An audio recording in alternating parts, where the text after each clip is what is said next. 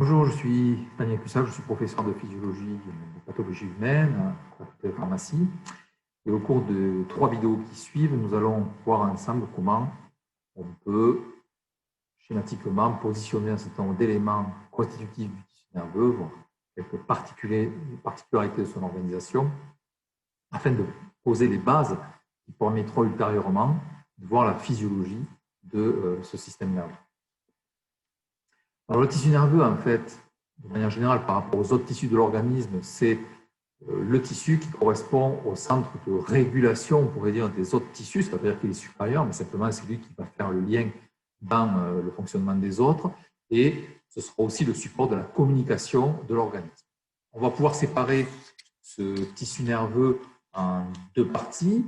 D'une part, ce qu'on appelle le système nerveux central, qui va former l'encéphale, le cerveau, et de la moelle épinière.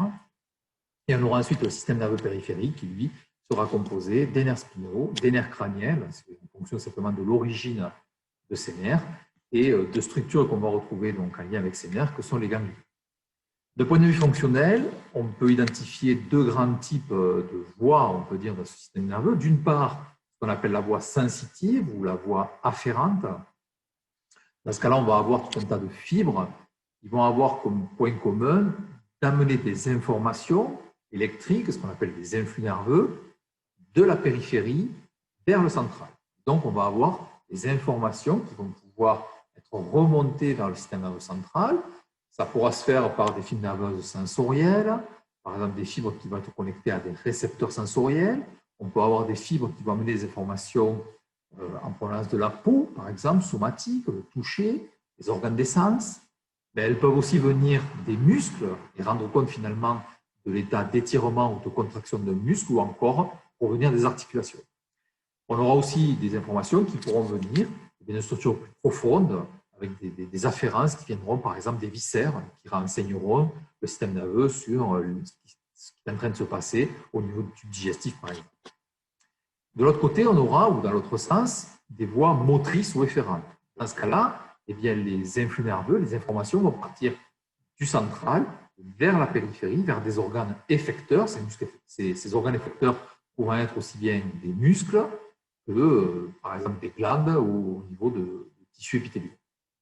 Alors, ces voies efférentes vont pouvoir emprunter là aussi différents grands systèmes.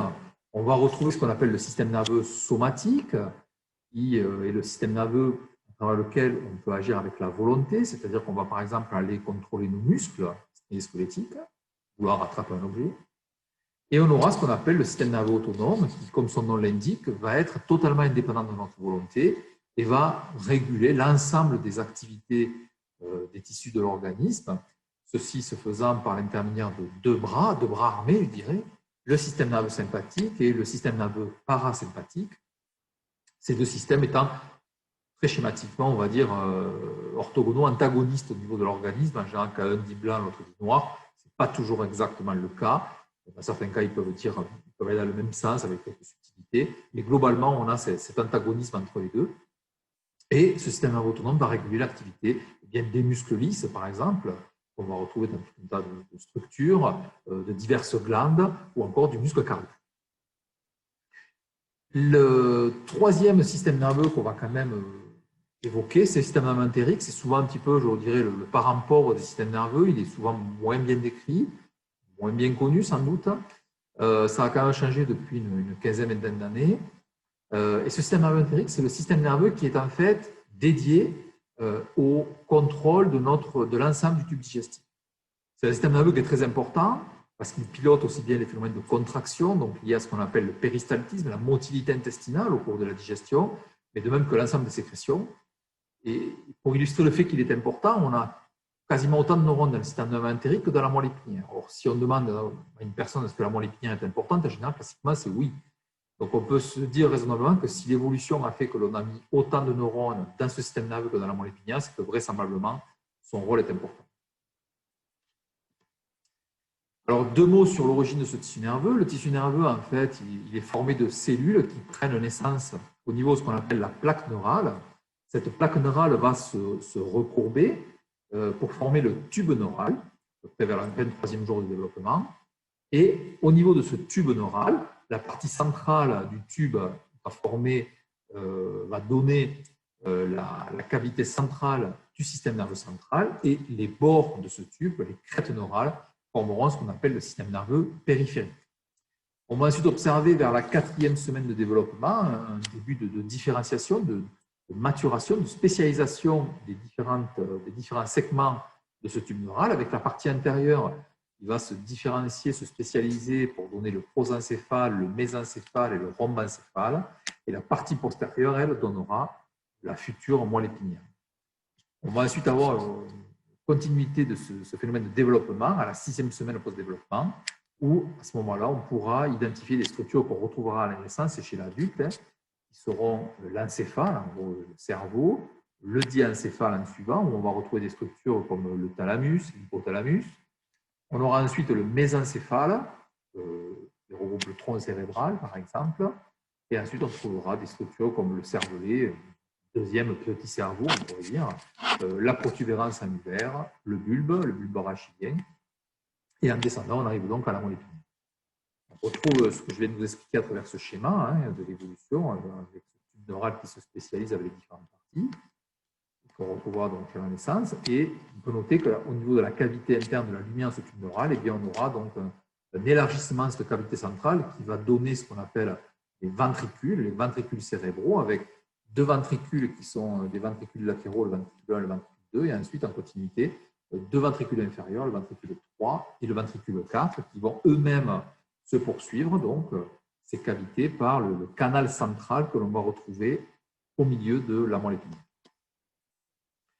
Alors, ce tissu nerveux, lorsqu'on le regarde macroscopiquement, on va pouvoir identifier deux grandes zones, avec au sein de ces zones différents types de cellules. Parmi ces cellules, deux grands types de cellules, on va y revenir, les cellules gliales d'un côté et les neurones de l'autre côté. Et donc, de manière macroscopique, on va pouvoir identifier une substance qu'on appelle grise et une substance qu'on appelle blanche. La substance grise, ça correspond à ce qu'on appelle le corps cellulaire des neurones. On y reviendra avec la partie initiale de l'axone, les antennes des neurones, on dit les dendrites. De même qu'un certain nombre de cellules gliales, comme des astrocytes, plutôt un type d'astrocytes, des cellules microgliales ou encore des oligodendrocytes. Et l'ensemble de ces prolongements, les prolongements des neurones, les prolongements des cellules gliales, avec les capillaires, vont former ce qu'on appelle le neuropile.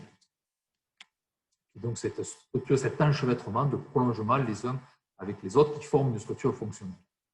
Cette substance grise, on va la retrouver donc dans différentes parties, différents territoires anatomiques.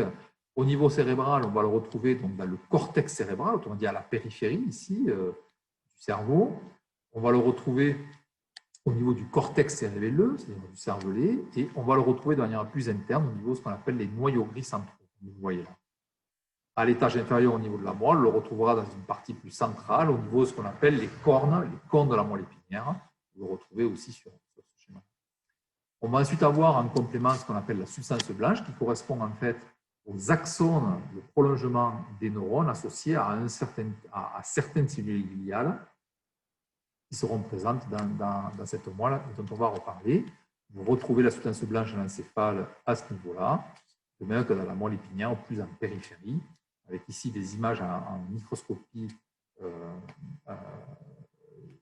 électronique, où on va avoir en fait la substance grise et la substance blanche. Et lorsqu'on fait un agrandissement, on retrouve ici les corps cellulaires des neurones de la substance grise et de la substance blanche, donc les axones. Alors, la névroglie, c'est la première partie de ces cellules qui renferment donc les cellules gliales. Ces cellules gliales, première idée, c'est qu'elles sont beaucoup plus nombreuses que les neurones. En fait, on a un ratio à peu près qui peut varier entre 10, 30, 40, 50 cellules gliales pour un neurone, ce qui démontre bien le rôle important de ces cellules gliales dans le tissu nerveux. Et on va pouvoir distinguer au niveau du système nerveux central les astrocytes d'une part, les oligodendrocytes, les cellules microgliales et enfin les épanymocytes. On va revenir. Et au niveau périphérique, par contre, on aura moins de variété de cellules. On retrouvera les cellules de Schwann qui sont finalement très apparentées aux oligodendrocytes en termes de fonction physiologique et les cellules satellites des ganglions spinaux. De manière générale, cette névroglie, à travers toutes ces cellules et leurs particularités, elle va assurer différents rôles, un rôle de soutien mécanique à travers les prolongements, un rôle de protection et aussi un rôle de réparation du tissu nerveux. On verra que certaines cellules sont responsables de la synthèse de myéline, qui joue un rôle de véhiculer l'influx nerveux, l'information. Cette névroglie va pouvoir avoir un rôle métabolique. En effet, elle va contrôler les échanges, notamment ioniques, entre l'interstitium et le sang, donc directement avec aussi les neurones. Ils n'ont pas de contact direct avec les capillaires, donc ils seront dépendants de ces échanges qui seront médiés par ces cellules gliales.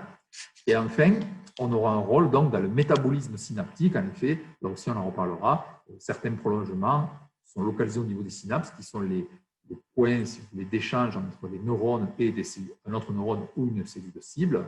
On a la libération de neuromédiateurs et les cellules gliales peuvent moduler ces synapses. Enfin, la névroglie aura un rôle sécrétoire à travers d'une part la barrière hémato-encéphalique et d'autre part, on va en reparler de suite, ils sont responsables de certaines cellules de la sécrétion du liquide céphalorachidien. Vous retrouvez sur le schéma de droite ces différents protagonistes avec la substance grise ici, la substance blanche là, des neurones symbolisés, le corps cellulaire en bleu, l'axone ici dans la substance blanche et les cellules que j'ai évoquées, les astrocytes, les oligodendrocytes, les cellules microgliales, etc., les épandimocytes qui sont ici. Alors, si on évoque tout d'abord les cellules de la névroglie centrale, pour commencer, les épandimocytes. Alors, ces épandimocytes sont des cellules de revêtement. Vous avez ici une coupe histo où on retrouve donc une cavité, un ventricule au niveau du système nerveux central. Et en bleu, vous distinguez ici ces épandimocytes. Ils forment une couche, ils proviennent de la couche la plus interne de l'épithélium qui borde le tube neural. Et ils vont en fait demeurer être présents sous la forme de ce qu'on appelle un pseudo-épithélium unistratifié, c'est-à-dire avec une seule couche. Et cette couche sera en fait une couche perméable, c'est-à-dire que les substances, les ions pourront traverser cette couche en provenance de la lumière donc, du ventricule vers l'interstitium et inversement de l'interstitium vers la lumière donc, du système nerveux central, donc des cavités du système nerveux central. Cette couche, c'est ce qu'on appelle donc l'épandyle. Recouvre l'ensemble des cavités du système nerveux central. Le pôle apical de ces cellules, de ces épandimocytes, en fait, va être au contact du liquide donc, qui baigne ces cavités, le liquide céphalorachidien, et on va retrouver des différenciations sous forme de cils et de petites microvillosités avec des cellules qui seront globalement plutôt cylindriques. Et ces cellules seront unies les unes aux autres sur la face latérale par contact adhérent, on retrouvera des jonctions communicantes, mais par contre, on n'a pas de jonction serrée. Autrement dit, on n'a pas d'étanchéité entre les cellules, et donc on peut avoir des échanges qui vont se produire de manière intercellulaire, intracellulaire et intercellulaire. On va par contre avoir des endroits où ces cellules vont être modifiées, c'est ce que vous avez dans cette photo, cette illustration, au niveau de structures plus complexes, qu'on appelle les plexus choroïdes. Au niveau des plexus choroïdes, qui sont des structures beaucoup plus, je dirais, importantes en volume, faites de tissus conjonctifs très vascularisés, on retrouve beaucoup de capillaires, et bien on va avoir des épandimocytes qui vont se modifier en aspect et qui vont devenir ce qu'on appelle des épandimocytes choroïdiens. On parle aussi de tannicytes, terme. On va retrouver donc ce qu'on appelle les toiles choroïdiennes, qui sont des structures très vascularisées et au niveau desquelles ces tannicytes deviennent cubiques, avec de nombreuses microvillosités à la surface et sur la face latérale des jonctions serrées, ce qui fait que c'est complètement étanche entre les cellules. Ce qui veut dire qu'au niveau de ces plexus choroïdes, le pôle basolatéral des tannicytes au contact des capillaires, mais tout ce qui viendra des capillaires ne pourra pas passer directement dans la cavité entre les cellules, mais devra automatiquement traverser les cellules. Ce qui fait que ces tannicytes vont contrôler tout simplement ce qui va être sécrété dans la lumière donc, du système nerveux central, et notamment c'est eux qui vont être responsables de la synthèse, de la sécrétion du liquide cérébro-spinal, du liquide céphalorachidien, qui sera fabriqué à partir du sang, mais de manière sélective par l'intermédiaire de ces tannicytes que l'on retrouve au niveau des épandimocytes. On continuera sur la prochaine vidéo avec les astrocytes.